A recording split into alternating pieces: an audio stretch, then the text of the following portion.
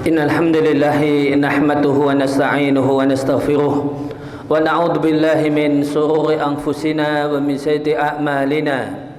Man yahdihillahu fala mudilla lahu wa man yudlil fala hadiya lahu. Wa asyhadu an la ilaha illallah wahdahu la syarika lahu wa asyhadu anna Muhammadan 'abduhu wa rasuluhu sallallahu alaihi wa ala alihi wa sahbihi wa sallam. Ya ayyuhalladzina amanu taqullaha haqqa tuqatih wa la tamutunna illa wa antum muslimun.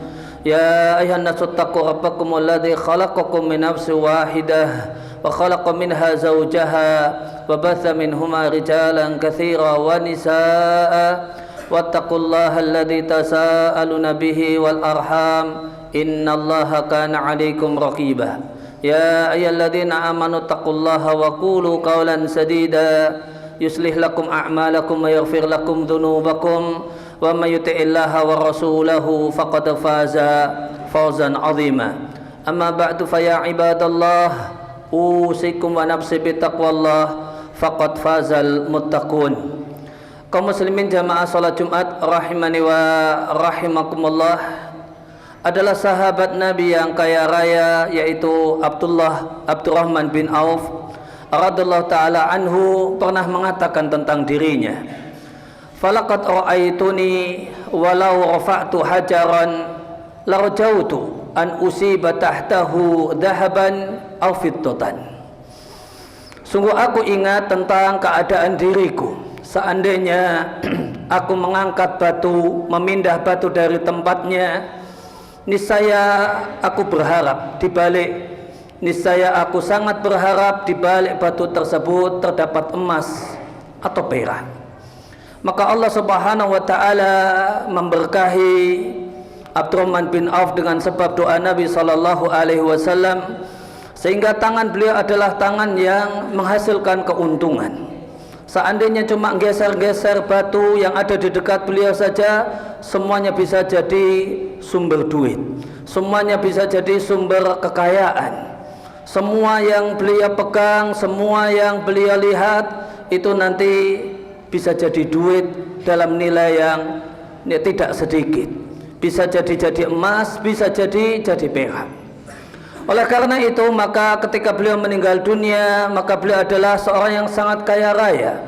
Demikian kayanya sampai harta kekayaan beliau saat beliau meninggal dunia itu dibagikan dengan menggunakan kapak untuk membelah atau untuk membelah emas yang ada yang beliau miliki. Sampai tangan-tangan orang-orang yang bekerja untuk ini kapalan dan keju karenanya. Karena banyaknya emas yang harus dikapai oleh orang-orang tersebut dalam rangka bagi-bagi warisan harta kekayaan Abdurrahman bin Auf. Dan sebagaimana kita ketahui bahwasanya hak seorang istri ketika suaminya meninggal dunia dan anak dan suaminya tersebut memiliki anak, haknya 1/8. Jika saat meninggal dunia lelaki ini punya satu istri, maka 1/8 itu untuk satu istri. Jika dia punya 2 istri, maka 1/8 itu dibagi berdua. Jika 3 istri, maka 1/8 itu dibagi bertiga. Dan jika istrinya 4 saat meninggal dunia, maka dibagi 4 dari 1/8 tadi dibagi 4. Ketika Abdurrahman bin Auf radhiyallahu taala anhu meninggal dunia, maka beliau meninggalkan 4 orang istri, dan masing-masing istri mendapatkan jatah warisan senilai 80.000 dirham masing-masing orang. Dikalikan 4 itu baru 1/8 dari total kekayaan Abdurrahman bin Auf ketika beliau meninggal dunia. Di masa Nabi sallallahu alaihi wasallam 1 dinar itu senilai 10 dirham, dan 1 dinar itu sama dengan harga seekor kambing yang layak untuk dijadikan sebagai kambing kurban. Jika kita menggunakan konversi ini, maka masing-masing dari istri dari Abdurrahman bin Auf masing-masingnya mendapatkan 80.000 dirham, yang ini setara dengan 8.000 ekor kambing. Dan berempat itu baru 1/8. Berempat itu baru 1/8 dari total kekayaan Abdurrahman bin Auf. Demikian juga ketika beliau meninggal dunia, saat beliau meninggal dunia, beliau berwasiat agar sebagian hartanya dibagi-bagikan kepada fakir miskin, dan beliau mewasiatkan 50.000 dirham. 50.000 dirham untuk dibagi-bagikan kepada fakir miskin, artinya kurang lebih setara 5.000 ekor kambing. Beliau bagi-bagikan untuk fakir miskin. Dan ini ditambah lagi tentu ketika beliau hidup, beliau adalah seorang yang sangat dermawan, yang luar biasa dermawannya. Di antara hal yang menunjukkan demikian, misalnya satu hari beliau membebaskan budak, langsung 30 orang budak beliau merdekakan. Jika satu orang budak ini harganya 100 juta, maka bisa dihitung. Dalam sehari beliau berinfak sekian miliar. Demikian juga beliau radhiyallahu taala anhu wa ardahu, beliau pernah satu hari menginfakkan satu kafilah dagang. Satu kafilah dagang itu satu rombongan onta yang dipakai untuk kulaan di satu tempat. Maka pulanglah satu rombongan dagang tersebut dengan membawa berbagai macam bahan kulaan, barang dagangan. Satu hari beliau pernah satu rombongan, satu kafilah dagang, seluruhnya beliau infakkan, dan isinya adalah 700 ekor unta.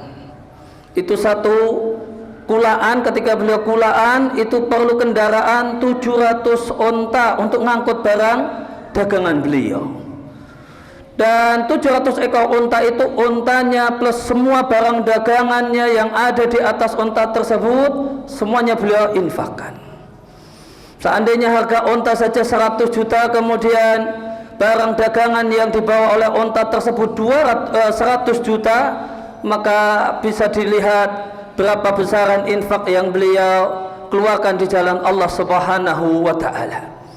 Demikian itu gambaran kekayaan Abdurrahman bin Auf dan bagaimanakah infak beliau, kemudian kedermawanan beliau yang luar biasa.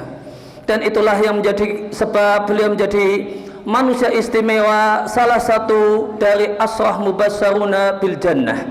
10 manusia yang paling tinggi derajatnya dan paling mulia di sisi Allah Subhanahu wa taala setelah Muhammad sallallahu alaihi wasallam. Bahkan jemaah sekalian rahimakumullah, dari 10 ashrah mubasysyaruna bil jannah, 8 orang diantaranya semuanya adalah orang kaya. Hanya 2 saja yang tergolong tidak orang kaya. Maka hal ini menunjukkan benarnya perkataan sebagian sahabat muhajirin yang datang kepada Rasulullah sallallahu alaihi wasallam dan mengatakan, "Ya Rasulullah, dhahaba ahlu dusur bil ujur wa darajatil aliyah." Wahai Rasulullah, orang-orang yang kaya, yang dermawan itu memborong ganjaran dan memborong derajat tinggi di surga. Derajat tinggi di surga seluruhnya atau sebagian besarnya dibawa oleh orang-orang yang kaya raya. Karena dari 10 ashrah mubasysyaruna bil jannah, 8 orang diantaranya adalah al-aghniya, orang yang kaya raya. Dan ini semua menunjukkan bahasanya Islam tidak mencela harta. Islam tidak mencela orang yang memiliki harta yang berlimpah. Bahkan orang yang kaya raya semacam Abdurrahman bin Auf adalah orang yang layak kita iri padanya. Sebagaimana sabda Nabi sallallahu alaihi wasallam, la hasada illa li rajulaini, tidak boleh iri, tidak ada anjuran iri kecuali untuk 2 orang. Salah satunya adalah rajulun atahullahu malan fasallatahu ala halakatihi fil haqqi, orang yang Allah berikan kepadanya harta yang berlimpah ruah semacam Abdurrahman bin Auf, dan dia habiskan dan dia belanjakan hartanya yang berlimpah ruah tersebut dalam kebaikan, dalam hal yang dibenarkan, minimal dalam hal yang dimubahkan dan dihalalkan. Aku liqauli hadza fastaghfiru li wa lakum ولسائر المسلمين والمسلمات من كل ذنب فاستغفروا إنه هو الغفور الرحيم.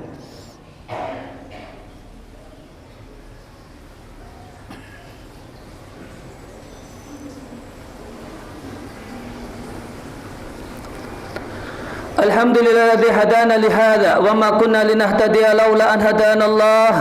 Laqad ja'at rusulu rabbina bil haqq wa nudu an tilkumul jannatu uristumuha bima kuntum ta'malun. Wa asyhadu an la ilaha illallah wahdahu la syarika lah wa asyhadu anna Muhammadan 'abduhu wa rasuluhu sallallahu alaihi wa ala alihi wa sahbihi wa sallam, amma ba'd. Faya ibadallah, usikum wa nafsi bittaqwallah, faqad fazal muttaqun. Kaum muslimin jamaah salat Jumat rahimani wa rahimakumullah. Oleh karena itu seorang muslim, seorang laki-laki muslim wajib bekerja, wajib semangat untuk bekerja, untuk menafkahi dirinya dan keluarganya, dan melakukan hal ini adalah satu kewajiban agama. Sehingga siapa yang memaksudkan dengan kerjanya, dengan bisnisnya, maka untuknya ganjaran di sisi Allah Subhanahu wa taala. Sebagaimana perkataan penulis Mukhtasar Minhajul Qasidin, beliau katakan bahasanya thalabul halali faridatun ala kulli muslimin. Bekerja untuk mencari harta yang halal dan mengumpulkannya adalah kewajiban, adalah fardu ain atas setiap muslim.